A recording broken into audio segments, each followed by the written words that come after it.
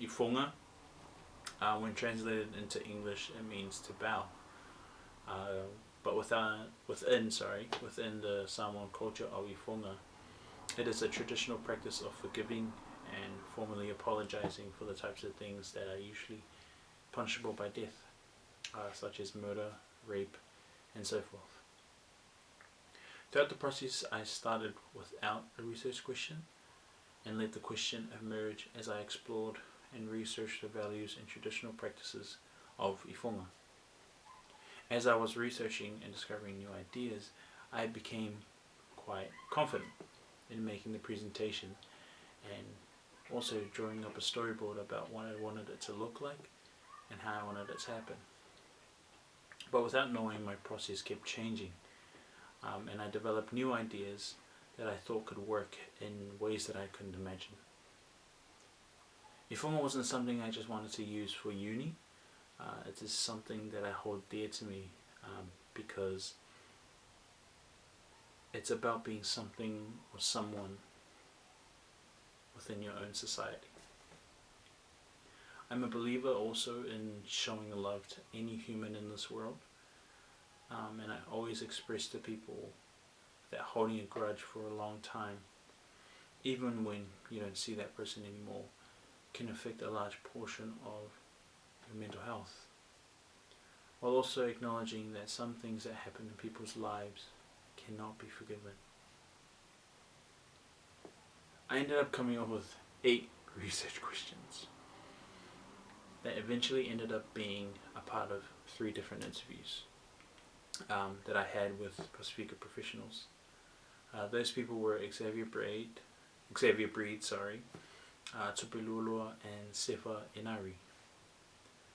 The answers that I received from each of them definitely impacted me to drive the answers to my questions. And I also gained new knowledge about my culture within them, while also displaying my perspective of IFOGA. I also asked my classmates about what they thought about forgiveness personally. The majority of answers related to one word, which was sincerity, stating that forgiveness doesn't happen if a person isn't sincere. Collating all their answers together allowed me to inform myself as well as the relation to the topic of IFOGA. During the research, I played with the idea of a narrative that explored the stories of colonization and how can we forgive those who colonized our indigenous ancestors, or can they be forgiven? I also explored the possibility of creating a globalized process of apologizing that isn't physically seen as an IFOGA, but utilizing the same core values of that tradition. This exploration was a particularly difficult one, because I constantly questioned myself, saying, does creating new processes of apologizing to a world of trauma help or cause more damage? Can the practice of IFOGA exist in the New Zealand justice system? In terms of an outcome, there are many things that need to be taken into consideration.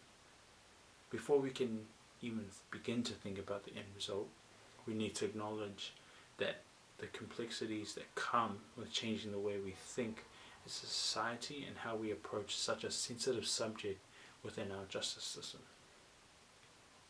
Along with apologies being made, there needs to be land given back, reparations made, racism and racial profiling abolished, decolonizing the way we think, and so on and so forth. There are many avenues that I can think of that could be considered possible outcomes. But the question is, which one would work better?